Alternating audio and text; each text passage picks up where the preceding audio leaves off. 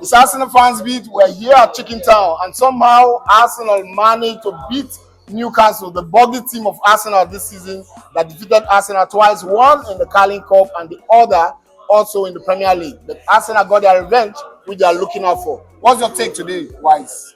Well, I mean, the game, as expected, we wanted a win, and I think we got it. The first half was very scary because they had a lot of chances. You know, they had a lot of attempts. I think we were lucky in the first half.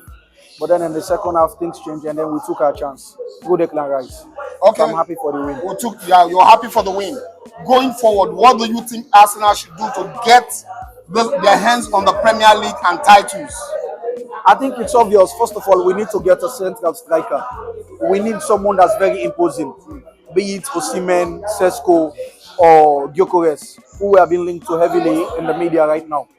And also, I think we need to find Partey's replacement now. I mean, we can give him. One Give time him an, Zubimendi is coming in. Do you think Zubimendi is the ideal guy for that position? Yeah, well, I mean, he's very good. He can control the game. I think Zubimendi is like a younger Jorginho.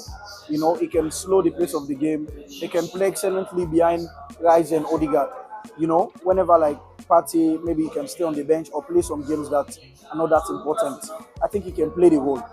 And I think also we need a left winger because when you look at the performance of Martinelli, I don't think I don't think we can go into another season with that sort of performance. We need someone that can compete with him for that position. You know, I think that's what we need to do. Those three positions: the defensive midfield, that's another midfielder; the left wing position, you know, competition for Martinelli and Trossard, and then a central striker. And then Havertz can be the backup. Okay, what about the position of Odegaard? Because I'm one of those that believe that one of the challenges we had this season was because Odegaard did not play at the top level that we know him to play. And when he's not performing well, the entire team becomes like lethargic. What do you think? Do you think we should get a good deputy for him? Of course, I'm of the opinion, but I don't really think we need to spend money on that because I mean every player sometimes he will have a bad season. But what about talking about injury? But when you look at maybe the budget that we have, if we buy a striker, buy a left winger, and Zubimendi as well, how much is going to be left? It's about mitigating our fund and know how to mitigate the challenges and utilize our fund correctly. Now, the truth of the matter is that we lack that sharpness in the final third. That's one of the biggest challenges we had in this season that is just rounding off with one match to go. We lack sharpness in the final third. And when Odegaard is not performing well, the entire team is affected. So I feel the way what we from Grapevine we're hearing that we're going to be getting about 300 million pounds. Now, how do we utilize the 300 million pounds? That's the $1 million question. We need to sell some players in order to have more resources in. So Well, I don't know if that money has been confirmed yet, but I think Odegaard just had a bad season. Because last season he was one of the best midfielders. Exactly. He was even in the team of the season, right? So I think we can definitely give him some time. Okay. Because now the season is going to end. He's going to go for vacation. You know all those things. There's a pre-season coming up, and then new players coming in. I think that will rejuvenate his spirit. And if we get a proper number 9, then can take chances. Because when you look at the top 10 midfielders for chances created in Europe, Odegaard is definitely in the top 10. True. So if he has someone that can finish those chances, put those chances to bed, I think we'll start to see him more. Now, talking about seeing more, about having a clinical striker, Osimhen, Gyökeres, Sesko, Isak is completely out of it. Out of these three, who would you put your money on any day, closing your eyes? I think my money will be on Sesko. Why? Is it because of the age? Yes, definitely. Because I think he's 21. Yeah? 22, he's 22 now. 21, 22. Right. And Bukayo Saka is 23. Saliba is 23, 24. So like all those players, they're young. I think they can go up, they can play for the next 7, 8 years. But when you look at maybe Gyökeres and Osimhen, they are 26. If they give you 4 years of their career, and you win trophies within these 4 years. Some strikers during the end of their career, that's when they hit their top form. But we are talking about preference. So for me, my preference naturally will be Sesko. But I think the way things are going, according to what I'm seeing, I think we are actually going to make a move for Gyökeres instead. And he's a phenomenal player as well. Okay, he's a phenomenal player. So going forward, want to hear from Rice? Are you going to tell the Arsenal fans? Because somehow we are unfazed. We don't allow the banters, the trolling to affect us. They call us all sorts of names: Corner FC, Netflix FC, whatever they want to call it, Butlers FC. We agree, but we're looking at the trajectory of our growth, where we're going to. Because I told somebody recently, I said, when we start winning the major trophies, that the story will be rewritten. So what's your take and your final word to the Arsenal fans globally? But I think we need to keep the faith.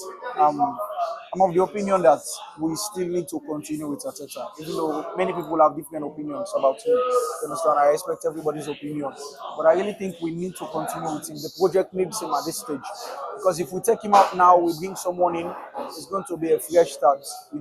These players have not been playing for 4, 5, 6 years. I think it's only been like 2 or 3 years. Some of them have been playing together. So they need to gel together. And when you look at the Liverpool squad, the only reason why Klopp was able to come in and win trophy was because of those players have been playing for the last 6, 7 years.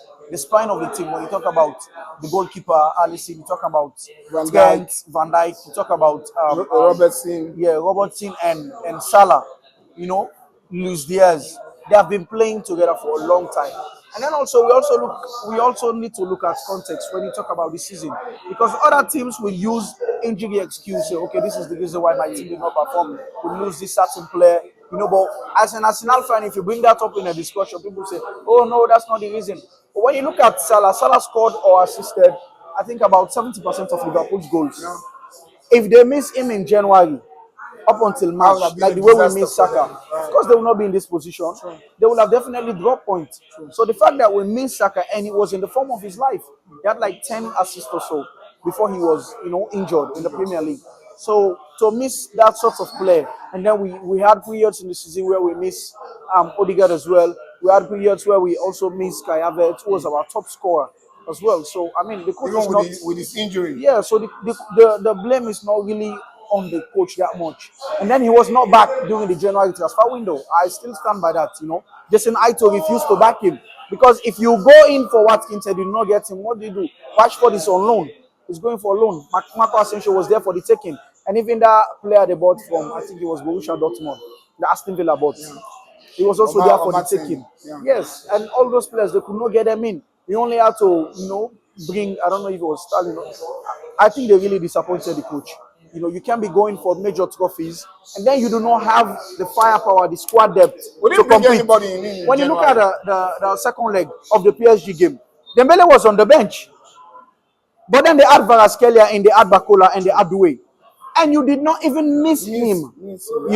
But if you take Saka or Havertz out of the team, who will come in? Especially when you look at the context where we lost Magalhaes, we lost Saka, we lost Havertz. The entire team was I think we need depth, because if I'm going to the next season, if we have Partey, we have guys, and then we have Zubimendi as well. You can be rest assured, because if you have Zubimendi and guys on the pitch, if you take off guys or Zubimendi, Partey is there. True. He's capable of playing. True. So I think that's what we need to look at when we analyze the season. I think we were a bit unlucky. Think of the red cards, the injuries. So I think we just need to keep on the faith. Next season will definitely be our year. I like that. We need depth. We need to keep the faith. And next season will definitely be our year. That's from Wise. You heard it from him. I will keep on holding on to the faith and look at the trajectory of our growth. Until then, it is come on, you Gunners.